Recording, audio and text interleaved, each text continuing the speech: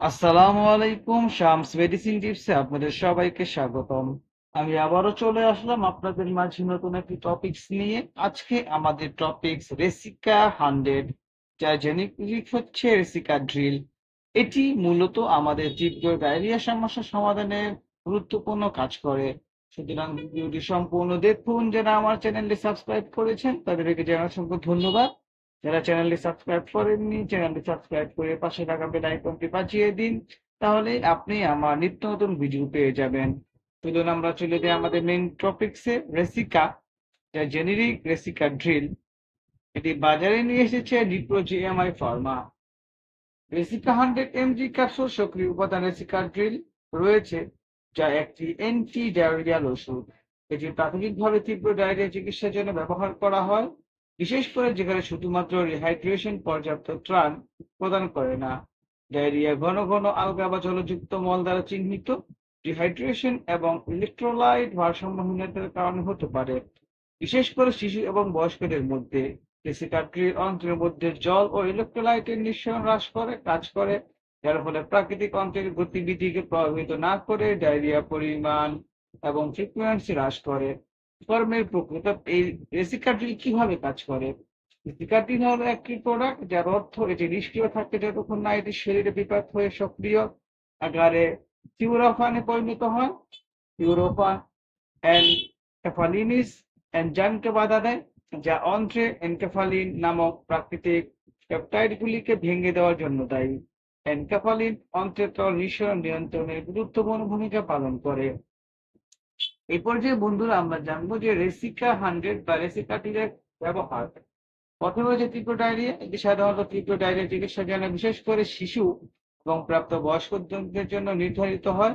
এর মাধ্যমে ব্যাকটেরিয়া এবং ভাইরাস দ্বারা সৃষ্ট সংক্রমণ ডায়রিয়া এবং অসংক্রমণ ফর্ম যেমন ভ্রমণকারী ডায়রিয়া বা নির্দিষ্ট ওষুধের কারণে ডায়রিয়া উভয় অন্তর্ভুক্ত। তারপরে রয়েছে সহায়ক থেরাপি। রেসিকাট্রিল প্রায়শই ডায়রিয়ার কারণে সৃষ্ট ডিহাইড্রেশন পরিচালনা করতে ওরাল ডিহাইড্রেশন সলিউশন ওআরএস এর সাথে একত্রে ব্যবহার হয়। ওআরএস হারানো তরল এবং ইলেকট্রোলাইট পূরণ করে যখন রেসিকাট্রিল মল আউটপুট কমাতে কাজ করে। পেডিয়াট্রিক ব্যবহার। শিশুদের ক্ষেত্রে রেসিকাট্রিলের অন্যতম প্রধান ব্যবহার, কারণ এটি অন্ত্রের গতিবিধি ধীর হওয়ার ঝুঁকি ছাড়াই ডায়রিয়া নিয়ন্ত্রণ কার্যকর সহনীয় বলে প্রমাণিত হয়। সেবন বৃদ্ধি। প্রাপ্ত বয়স্কদের জন্য সাধারণ ডোজ হলো একটি ক্যাপসুল দিনে 3 বার এবং অবশ্যই খাবারের আগে। শিশুদের জন্য ডোজ ওজন অনুযায়ী সামঞ্জস্য করা হয় এবং রেসিকাট্রিল প্রায়শই পাউডার আকারে ও খাবার বা জলের সাথে মিশিয়ে খাওয়া হয়, সেটা শিশুদের জন্য। পার্শ্ব প্রতিক্রিয়া। প্রতিটি মেডিসিনের পার্শ্ব প্রতিক্রিয়া রয়েছে। রেসিকার পার্শ্ব প্রতিক্রিয়া হলো মাথা ব্যথা, চুলকানি, বমি ভাব, পেট ব্যথা ইত্যাদি। গর্ভাবস্থায় এটা খেতে পারবে কিনা। গর্ভবতী এবং বুকের দুধ খাওয়ানো মহিলাদের মধ্যে রেসিকাট্রিল ব্যবহারের সীমিত তথ্য রয়েছে। এটি শুধুমাত্র তখনই ব্যবহার করা উচিত যদি সম্ভাব্য সুবিধাগুলি ঝুঁকিটি বেশি হয় এবং সর্বদা একজন স্বাস্থ্যসেবার পেশাদারের নির্দেশনা হয়। রেসিকা 100 মিলিগ্রাম ক্যাপসুল, যার মধ্যে রয়েছে রেসিকাট্রিল। এটি অন্ত্রের মধ্যে পানি এবং ইলেকট্রোলাইটের নিঃসরণ কমিয়ে তীব্র ডায়রিয়া নিয়ন্ত্রণের জন্য একটি কার্যকর ওষুধ।